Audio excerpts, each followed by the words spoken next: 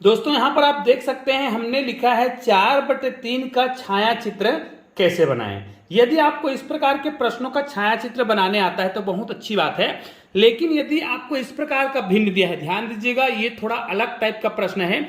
ऐसा नहीं है कि इसमें 3/4 बोला गया है। अगर 3/4 को छाया चित्र में प्रदर्शित करने के लिए कहा जाता तो बहुत ही आसान है, छोटे क्लास के बच्चे जो है इसको आसानी से बना सकते हैं। लेकिन अगर 4/3 को छाया चित्र में प्रदर्शित करने के लिए कहा जाए, 4/3 एक भिन्न है और आप सभी जानते हैं कि सम भिन्न और विषम भिन्न होते हैं।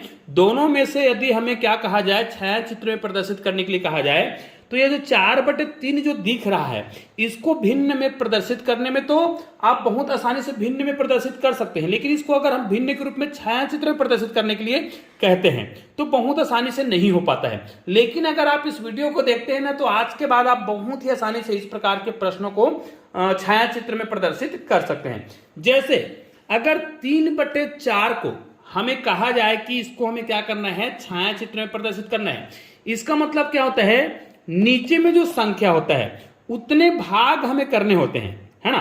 तो हम क्या करेंगे, कोई भी एक वस्तु लेंगे, ठीक है, और इस एक वस्तु का हमें कितना भाग करना है, नीचे में जितना भाग दिया होता है उतने भाग करने हैं। तो टोटल कितने भाग करेंगे, 4 भाग करेंगे। ये देखिए 4 भाग करेंगे, 4 भाग हो गया। अब इस 4 भाग में हमें 3/4 भाग को छायांकित करना है। तो 3/4 भाग का मतलब क्या है, टोटल 4 भाग है, उस 4 भाग में 3 भाग को हमें छायांकित करना है। अर्थात 3/4 का मतलब क्या होता है, 3/4 है ना, 4 भाग में 3 भाग। ये देखिए, ये देखिए, अर्थात इसका 75% हमें बनाना था। तो आप देख सकते हैं अगर ये 1 रुपए होता है ना, तो हमने इसका 4 भाग किया, 4 भाग में हमने 3 भाग मतलब 75% भाग को छायांकित कर दिया है।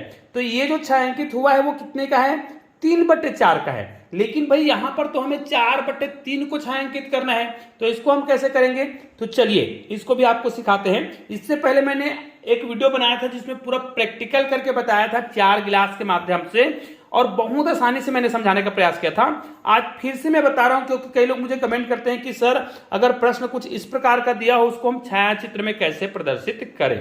तो 4/3 को छाया चित्र में प्रदर्शित करने से पहले आपको एक चीज समझ लेना है, भिन्नों को आपको बदलने आना चाहिए, है ना। इस प्रकार के जो अंश में बड़ा है और हर में छोटा है, तो आपको क्या करना है, अंश में छोटी संख्या आ जाए तो निश्चित रूप से इससे हमें क्या करना पड़ेगा, भिन्न को, ये देखिए इसको अगर हम हल करें तो ये क्या हो जाएगा, और सरल हो जाएगा। मतलब इसको हम सरल रूप में कर सकते हैं। मतलब अगर 4/3 दिया हुआ है तो इसको हम भाग दे सकते हैं। तो 3 एक कम 3, एक शेष बचा, अर्थात इसको हम क्या करेंगे, 1 सही 1/3, ये इसका भिन्न है। अर्थात इसमें एक भाग पूरा रहेगा, ध्यान दीजिएगा, एक भाग पूरा रहेगा और एक भाग का 1/3 लेंगे। अर्थात इसको करने के लिए हमें क्या करना पड़ेगा, अलग अलग चित्र लेने हैं। अलग अलग चित्र लेने हैं मतलब 2 अलग अलग चित्र लेने पड़ेंगे।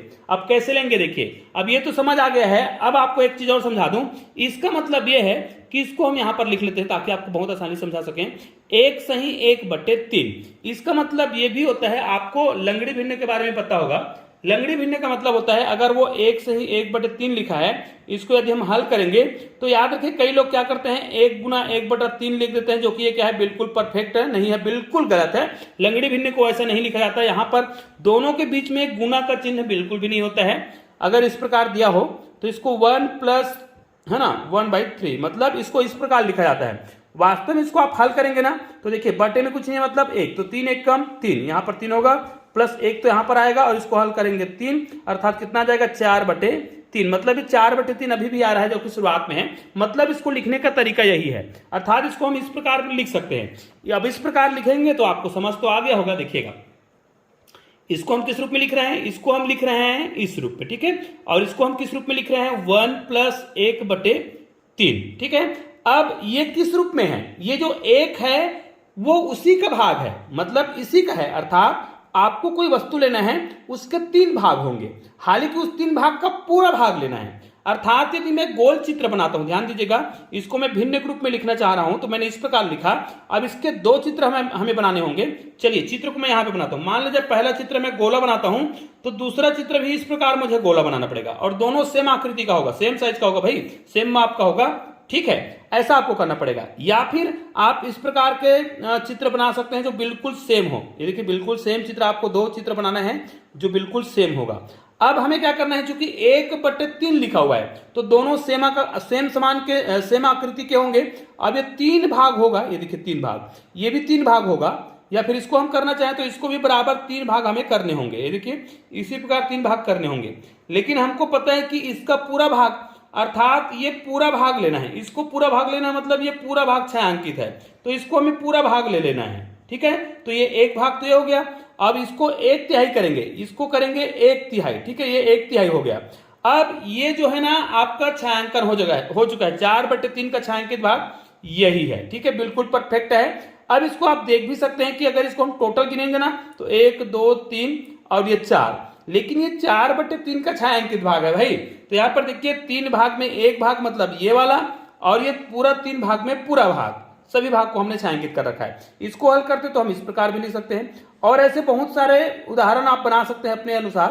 तो यहां पर देखिए इसको हम क्या करेंगे, ये पूरा भाग लिया गया है और इसका हमें 1 भाग करना है, ये 1/3, अर्थात ये 1 पूरा भाग है और यहां पर ये 1/3 है। 1/3 मतलब 3 भाग में 1 भाग जो है छायांकित है।